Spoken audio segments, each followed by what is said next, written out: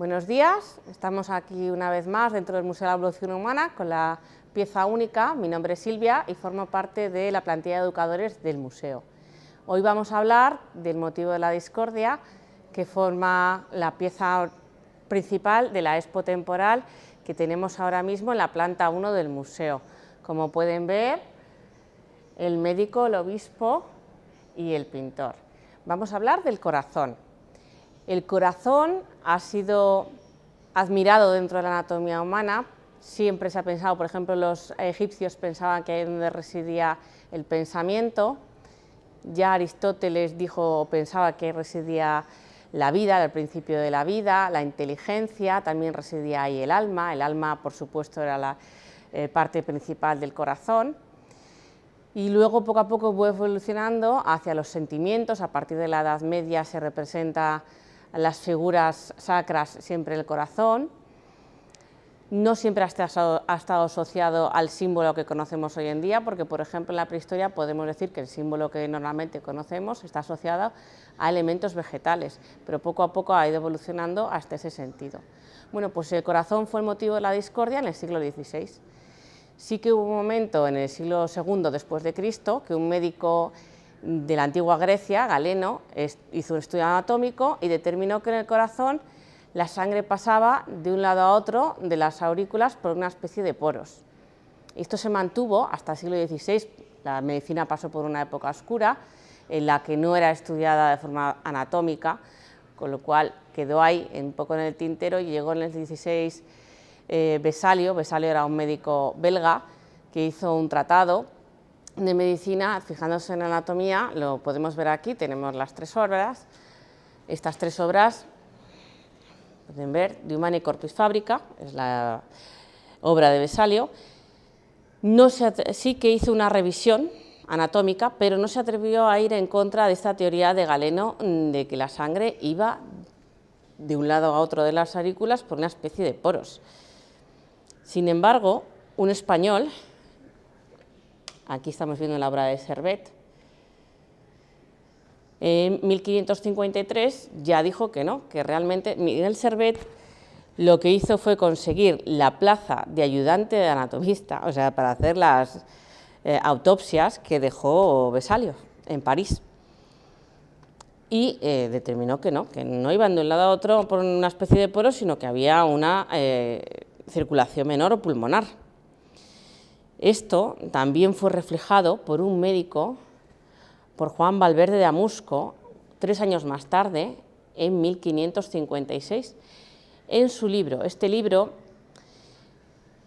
o explica lo que Vesalio no se atrevió a rebatir de Galeno, y es que efectivamente, tal y como decía Miguel Servet, la sangre va de un lado a otro, pero no por una especie de poros, porque sí que es cierto que cuando todavía no hemos nacido, hay como no están cerrados completamente todas las paredes.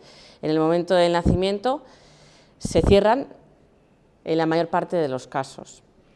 ¿Vale? Entonces, esto se rebatió y lo quedó reflejado en su obra, como hemos visto, en 1556.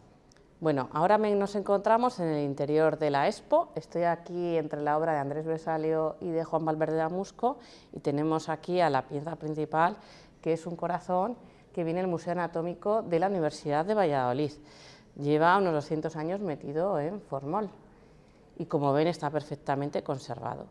Ya del corazón pues sabemos bastante más. Imagínense ahora 4 ventanas, una cuadrícula. Entonces, las 2 ventanas superiores serían las aurículas, las 2 inferiores serían los ventrículos.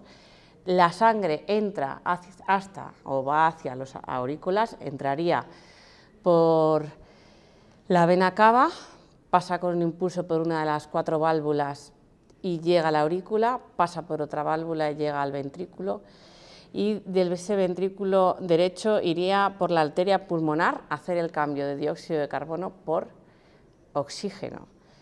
Hace el retorno, entra por la vena pulmonar en la válvula, o sea, gracias a la válvula en la aurícula izquierda, pasa otra vez por la válvula hasta el ventrículo izquierdo y vuelves a ir por la aorta para ya distribuirla al resto del organismo.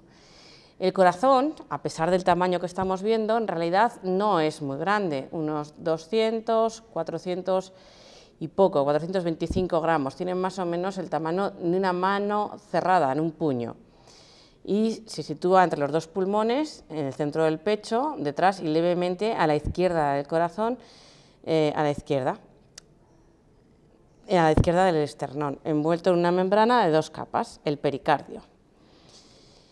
Como curiosidad les contaré que los vasos sanguíneos ocupan cerca de 96.500 kilómetros, o sea que podríamos dar 2 vueltas y media a la Tierra, que en un día puede bombear unas 100.000 veces de latidos, podemos llegar a tener, y un poquito más de 7.500 litros de sangre diarios. En nuestra vida se pueden alcanzar más de 3.500 millones de latidos. Hay 2 fases en el latido, una de contracción y otra de relajación, la sístole y la diástole. En la sístole, el miocardio va a mandar una señal eléctrica con que se contrae el ventrículo. En la diástole, el ventrículo se relaja. Bueno, pues hasta aquí la pieza del mes, espero que les haya gustado y como ven, aquí tenemos nuestra pieza central, que también era la pieza central de la vida, tal y como decía Aristóteles. Hasta la próxima entrega. Un saludo.